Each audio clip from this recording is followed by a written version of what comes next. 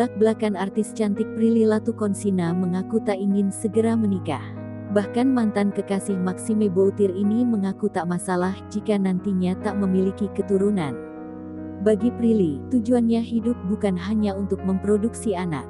Prilly kemudian bercerita bahwa orang tuanya pun tak masalah jika ia tak kunjung menikah.